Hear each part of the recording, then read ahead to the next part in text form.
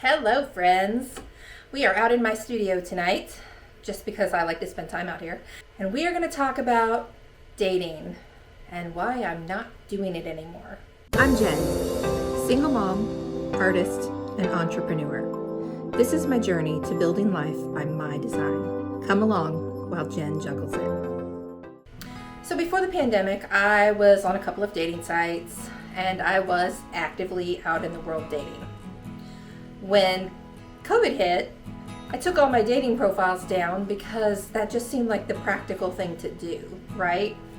We were kind of not supposed to be leaving the house much. We were supposed to be staying away from people, especially people we didn't know.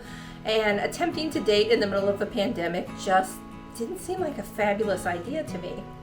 So I took my dating profiles down.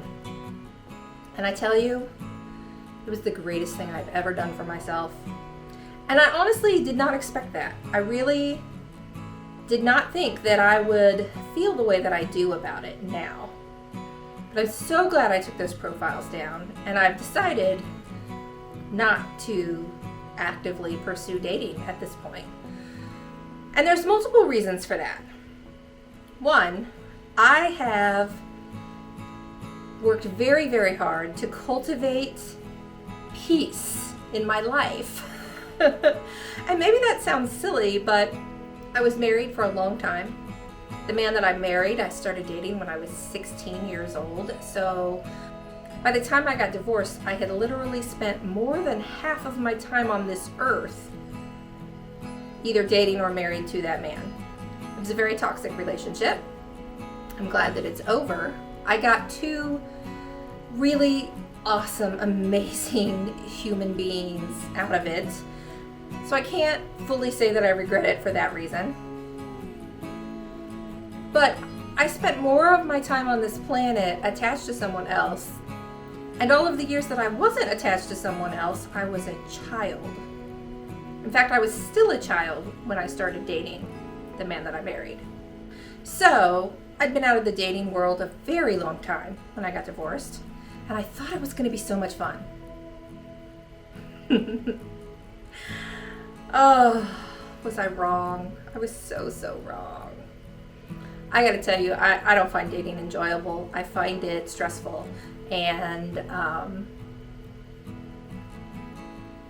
full of headaches. That sounds horrible, but it's the God's honest truth. I have worked so hard to cultivate peace in my life, and too many people don't understand that. Too many people want to place expectations and demands on my time, my very, very, very limited time, because I am a busy, busy woman. If you've watched this channel at all, you already know that. You know that I spend a lot of time on my businesses, and I do spend a lot of time with my family. You don't see that because I don't want this channel to be about that. I don't want to be a mommy blogger. No offense to those who are, it's just not what I want. But this channel isn't about them. This channel is about me and about my journey. Okay, small diversion, sorry. But I'm a very, very busy person. My time is very limited. So if I'm going to date someone, and I'm very upfront with people from the very beginning, I am very busy, my time is limited. And I will not be available 24/7 for you. I just will not. It's not possible. And frankly, I don't want to be beholden to anyone 24/7. The only exception to that is my children. And that's because I'm their mother, and my job, my most important job on this planet, is to take care of and raise them. So if they need something, yes, I am available, period. But they are the only people in this entire world who get that kind of say on my time, period. So I find that a lot of potential dates are not very understanding of my time constraints. And I think that comes down to very few people are as busy as I am. Very few people are as driven as I am. And very few people have as much as they want to accomplish as I do. I have a goal list a mile long, and I steadily check goals off of that list. because that's just the kind of person that I am, and that's what matters to me. It matters to me that I am growing and becoming more than I am now. That brings me to my second point. I'm 43 years old. If I'm dating anyone near my age bracket or older, none of us lives to be in our 40s on this planet without some amount of trauma, some amount of baggage, right? It's just not possible. But in my experience, very few people even recognize that baggage and trauma, and even fewer actively work on it. Now, I'm not perfect. I absolutely have some baggage and some trauma that I have been actively working on ever since my divorce. And I'm continuing to work on it because it's a process. You're never really done, in my opinion, you're never really done working on yourself. And if you feel like you're done working on yourself, we're not the same kind of person. We're not cut from the same cloth. And we're not going to be a good partner for each other. So in that vein, we all have stuff to work on. But I would say less than half of the population even recognizes what they need to work on. And I'd say even less than half of them are ever actually working on themselves. Now, I'm no psychiatrist or psychologist, so don't quote me on those statistics I just gave you. From my own personal experience, the vast amount of adults out there are literally just trying to get through the day, and they aren't worried about their own growth. And growth matters to me. It matters to me. I'm constantly trying to grow and become a better person and a better version of myself, a better mother, a better business owner, a better human being. Those things matter to me, and they need to matter to someone who wants to be my partner, right? Dating apps bother me because the vast majority of people on them seem to be incredibly impatient. I don't have my phone in my hand 24 hours a day. This thing, it is not attached to me at the hip. It's not. I don't care enough to have my phone in my hand 24/7. I know a lot of people do. I'm just not one of those people. My friends know that when they text me, it might be 2 or 3 hours before I respond.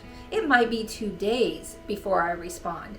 They know I have a lot going on, and I have to prioritize everything in my life.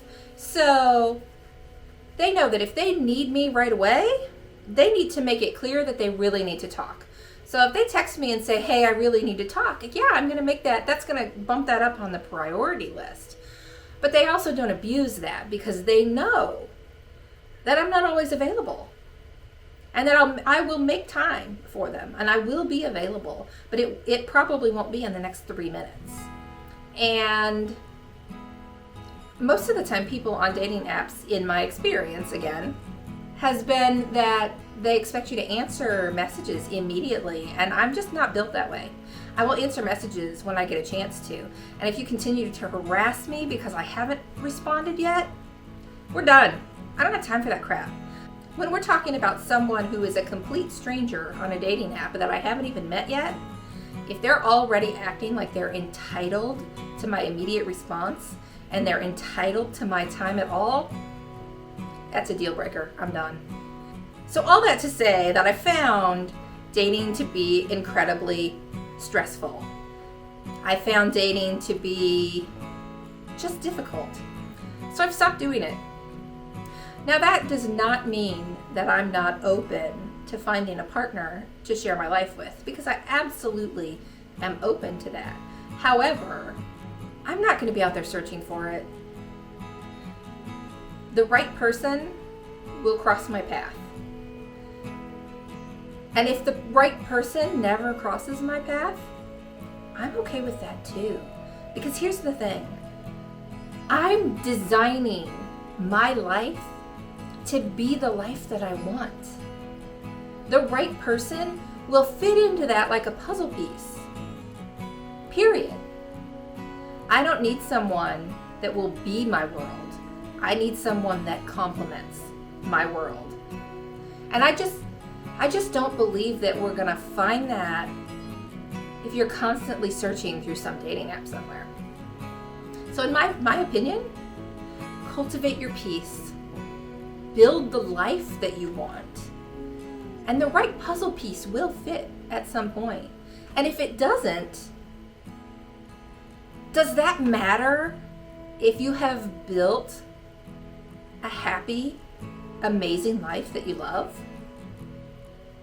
I absolutely do not believe that human beings were meant to be on this world in isolation. We weren't. We were built for community, absolutely. But community, intimacy, love can exist, does exist, outside of a single relationship. There is so much love in my life. It's unreal. There are days that I get out of bed in the morning and I just feel completely overwhelmed by the amount of love in my life. I don't get lonely. I don't have time to be lonely. And if I have a rare moment of loneliness, there's a dozen people that I could pick up the phone and call at any time, and they would be there if I needed them. That exists because my concentration has been on surrounding myself with the life that I want. I have surrounded myself with people who bring me joy and who complement the things that matter to me. People who care about the same things that I care about. When you go out and you do the things that you love and you do the things that you care about and the things that matter to you, when you build a life that you care about, that sets you on fire, the people who are meant to be in your life, the people who love you and support you and care for you, they just show up. I don't have to look for them. So someday, love probably will show up. But even if it doesn't, I am so okay with that. So I don't need to date. I don't need to stress over whether that's a good profile picture. I don't need to stress over, is that the right wording? I don't need to answer 400 messages of, hey. Like, that kills me. Hey. I don't need to participate in hundreds of pointless small talk conversations that aren't about anything real. Because the real people are out there in the world doing the things that I love, doing the things that I want to do, and that is where I'm going to find them. So, if you have found dating to be as incredibly frustrating as I have found it to be as incredibly stressful as I have found it to be, I urge you to consider just stopping. Turn your focus back to building your life, to building what you want, to doing and seeing and being the things that set you on fire. Because I promise you, when you do that, you will be so fulfilled that you'll either find your absolute soulmate or not give a shit that you didn't.